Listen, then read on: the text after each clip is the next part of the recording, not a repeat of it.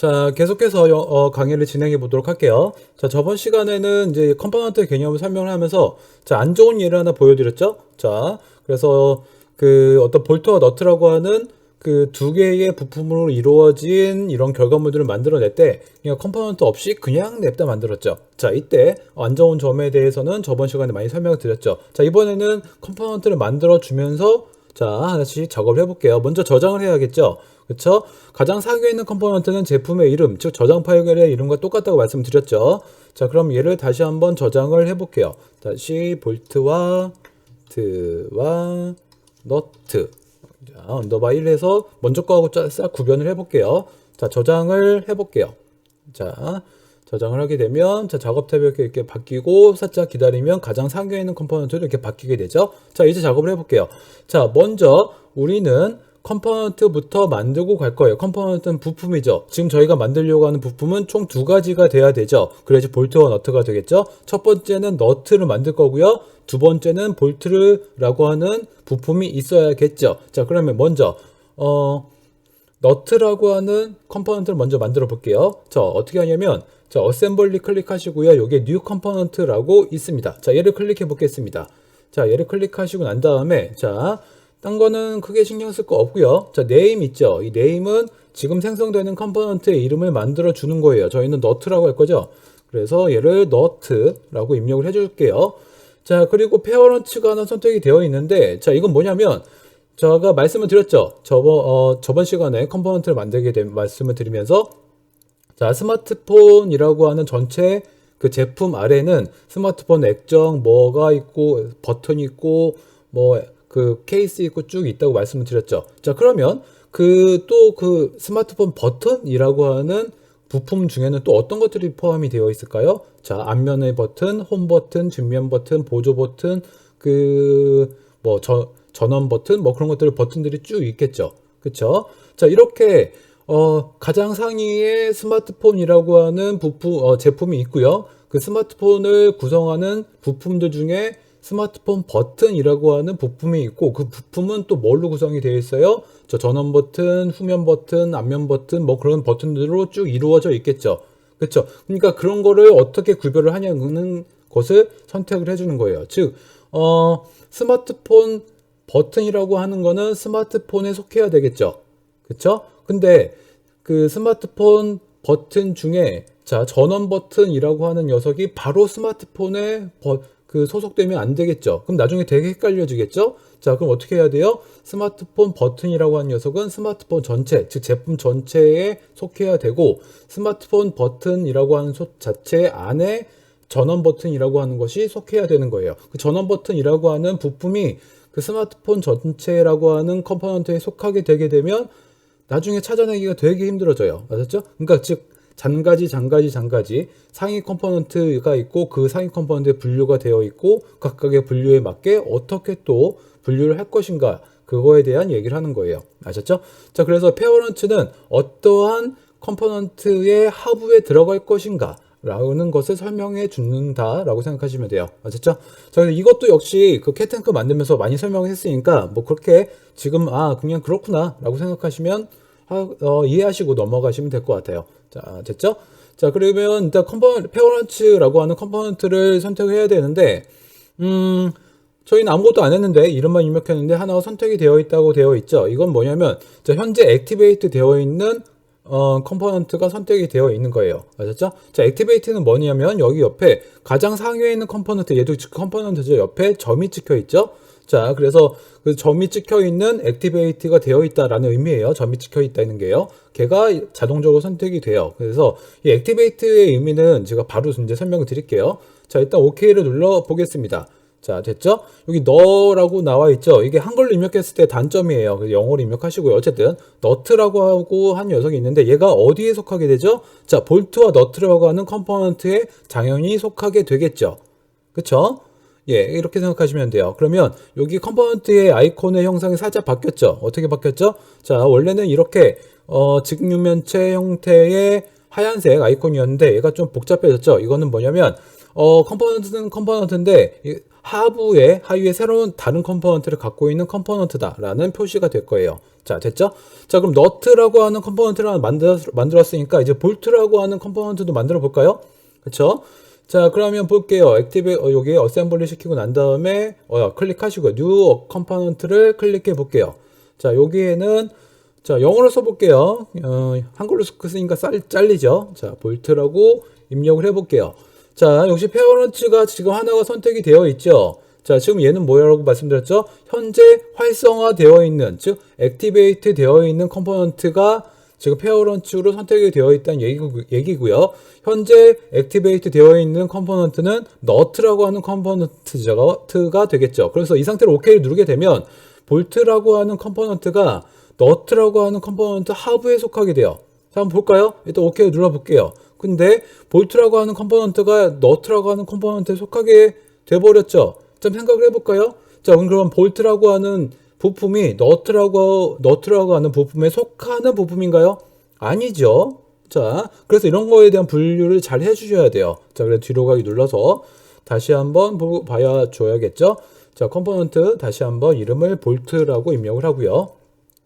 자, 페어런츠는 지금 현재 액티베이트 되어 있는, 활성화되어 있는 컴포넌트가 자동으로 선택이 된다고 말씀드렸으니까 너트가 설정이 돼서 선택이 되어 있겠죠. 자, 그러면 얘는 너트라고 하는 컴포넌트에 속하는 게 아니라 볼트와 너트라고 하는 컴포넌트에 속해야겠죠. 왜냐고요? 볼트와 너트는 서로 동등한 위치에 있는 부품이니까요. 아셨죠? 자, 이런 것들을 잘 구분해 주셔야 돼요. 그래서 제가 계속 처음에도 그랬고 중간에 계속 말씀드리죠.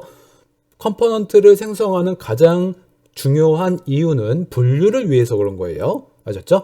자, 그래서 일단 여기 X자 아이콘을 클릭하고 가장 상위에 있는 볼트와 너트 그 컴포넌트를 클릭하시면 여기 하나가 선택됐다고 나타나고요. 여기서 OK를 누르게 되면 자, 볼트라고 하는 컴포넌트가 생성이 됐는데 여기가 가장 상위에 있는 컴포넌트에 속하게 되죠. 됐죠? 자, 그럼 얘를 한번 펼쳐봐 볼게요. 방금 생성한 볼트라고 하는 컴포넌트를 펼쳐나 보면 오리진 하나가 있죠.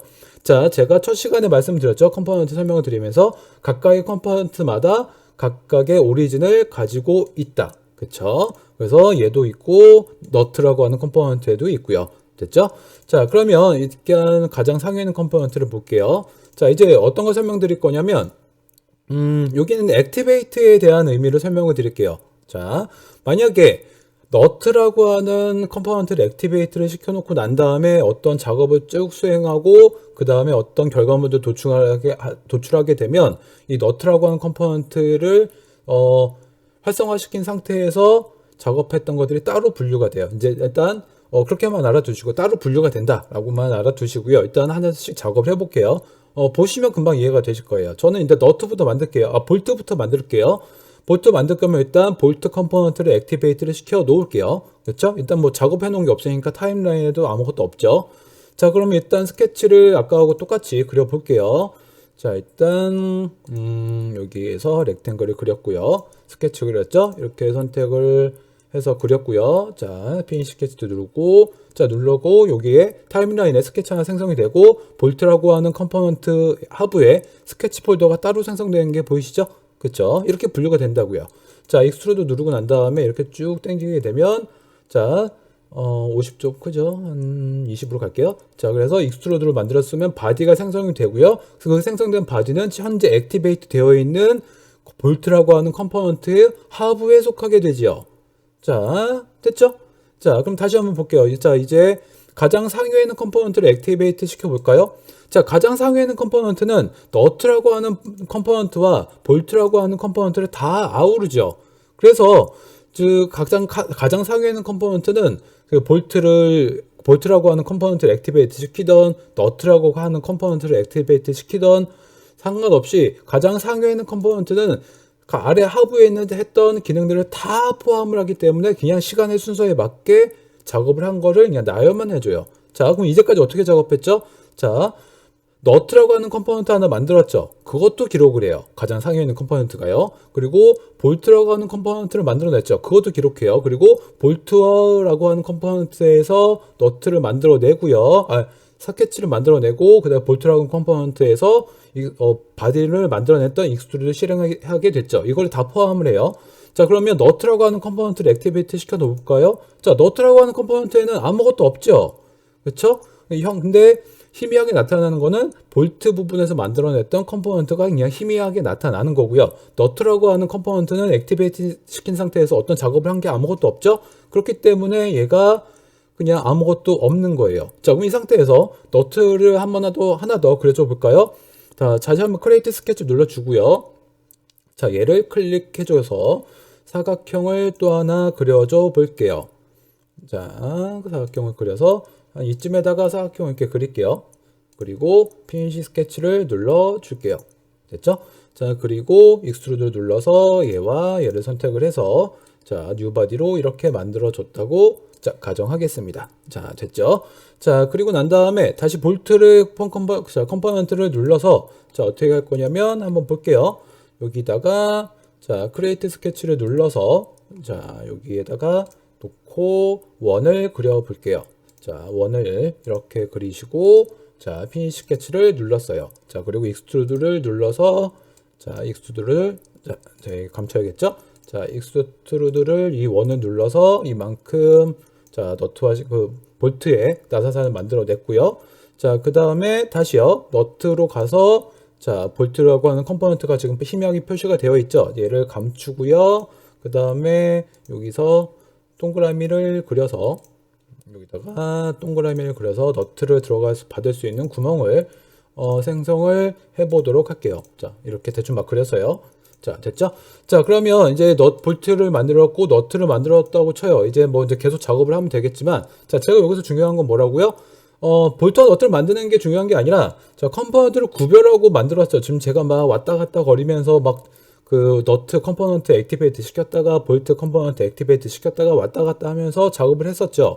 그렇죠? 그러면 중요한 건 뭐라고요? 너트 컴포넌트를 액티베이트 시킨 상황에서 작업했던 내용과 그 기능들과 결과물들이 따로 이렇게 분류가 된다는 얘기예요. 자, 볼트 컴포넌트를 액티베이트 시켜 놓으면 볼트 컴포넌트를 액티베이트 시켜 놓은 상태에서 실행했던 기능들, 즉 피처들이 타임라인에 따로 기록이 되고 따로 브라우저에 분류가 된다는 얘기예요. 자, 그럼 가장 상위에 있는 컴포넌트를 볼까요? 그렇죠? 가장 상위에 있는 컴포넌트를 보면 얘는 그런 거 상관없이 너트 컴포넌트를 액티베이트 시켰던 볼트 컴포넌트를 액티베이트 시켰던 그냥 막 하는 거예요. 자, 아셨죠? 자, 그럼 이렇게 볼게요. 일단 너트 컴포넌트를 액티베이트 시켜 놓은 상태에서 얘를 한 칸만 이동을 해 볼게요. 한 칸만 이동을 했어요. 자, 한 칸 이동했으면 볼트 컴포넌트가 액티베이트 된 상황에서 얘 타임라인을 자, 한 칸을 이동을 했죠. 그러면 여기서 볼록 튀어나와 있는 볼트에 튀어나와 있는 부분을 솔리드로 만든 부분이 없어졌죠. 자, 그럼 이 상태에서 가장 상위에 있는 컴포넌트를 액티베이트 시켜 볼게요. 그렇죠? 자, 그리고 아래쪽에 있는 타임라인을 보면 저희는 분명히 그렇죠? 볼트 컴포넌트를 액티베이트 시켜 놓은 상태에서 자, 피처 하나만 무시하게끔 타임라인 바를 한 칸만 이동을 했는데 지금 위쪽에 있는 두 개의 피처들도 다 지금 무시가 된 상태로 나와 있죠. 자, 이건 뭐냐면 가장 상위에 있는 컴포넌트는 자, 어떤 컴포넌트를 액티베이트 시키건 말던 신경 안 쓰고 그냥 사용자가 적용했던 시간의 순서에 따라서 피처들은 그냥 나열만 시킨다고 말씀드렸죠. 자, 저희가 어떻게 했었냐면 얘를 그릴 때 자, 볼트 컴포넌트를 액티베이트 시키고 얘를 동그라미 그리고 얘를 동그랗게 만들어 놓고 그리고 난 다음에 너트 컴포넌트를 액티베이트 시키고 얘도 동그란 원을 그리고 얘로 구멍을 뚫었어요. 그렇죠?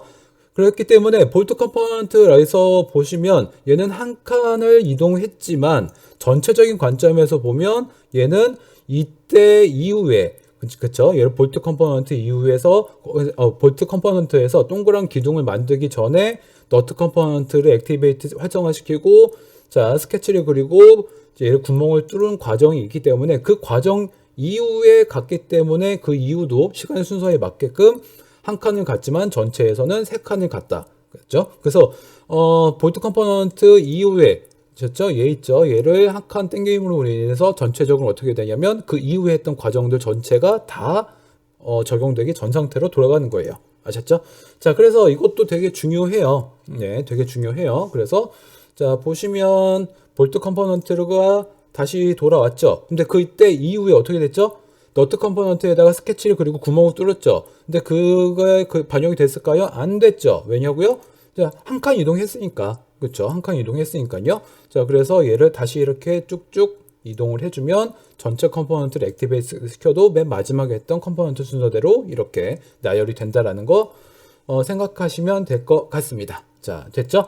자, 그러면 이제 컴포넌트에 대해서 좀 많이 설명을 드렸는데 이것도 역시 캔테크를 통해서 많이 접해 보시면서 이렇게 해보시는 게 되게 좋으실 것 같아요. 다만 여기서 제가 빠르게 진행했던 거는 이렇게 이런 흐름을 통해서 컴포넌트를 만드는구나 라는 것을 여러분들이 좀 알고 넘어가는 게 되게 좋을 것 같아서 이렇게 말씀을 드려봤습니다. 자, 됐죠?